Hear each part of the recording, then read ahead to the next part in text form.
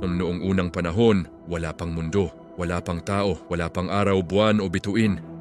Tanging kadiliman at walang laman ang umiiral. Ngunit naroon ang Diyos at nagsalita ang Diyos.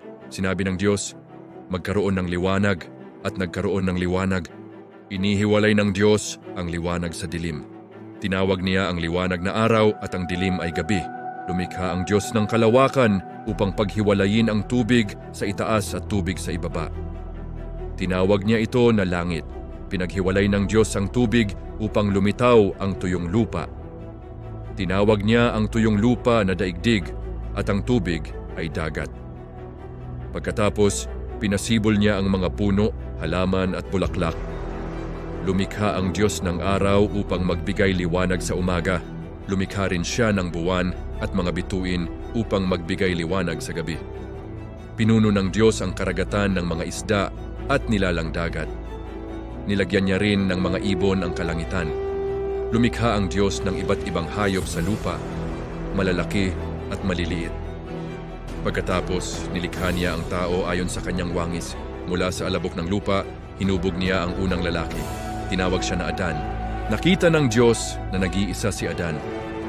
Kaya habang natutulog siya, kumuha ang Diyos ng bahagi ng kanyang tadyang at nilikha ang unang babae, si Eva.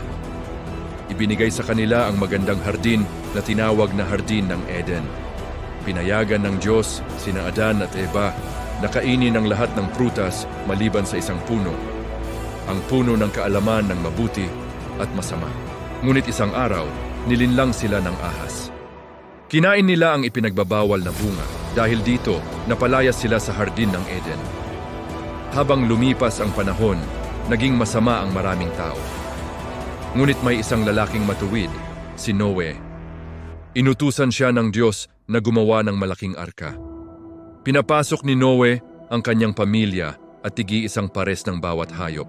Pagkatapos, bumuhos ang malakas na ulan sa loob ng 40 araw at 40 gabi. Nabaha ang buong mundo, ngunit naligtas si Noe at ang mga hayop. Pagkatapos ng baha, nagpakita ang Diyos ng bahaghari bilang tanda ng kanyang pangako na hindi na muling gugunawin ang mundo sa pamamagitan ng baha. Lumipas muli ang maraming taon. Nagtipon ang mga tao upang gumawa ng napakataas na tore upang maabot ang langit. Ngunit nakita ng Diyos ang kanilang kayabangan. Kaya pinag-iba niya ang kanilang mga wika. Hindi na sila nagkaintindihan, kaya naghiwa-hiwalay sila sa buong mundo. Pinili ng Diyos ang isang lalaking nagngangalang Abraham. Pinangakuan siya ng Diyos na ang kanyang lahi ay magiging napakarami tulad ng mga bituin sa langit.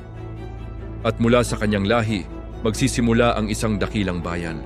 Ito ang simula ng kwento ng mundo. Ang kwento ng paglikha, pagkakamali ng tao at walang hanggang pagmamahal ng Diyos. At dito nagsisimula ang mas malawak pang kasaysayan ng sangkatauhan.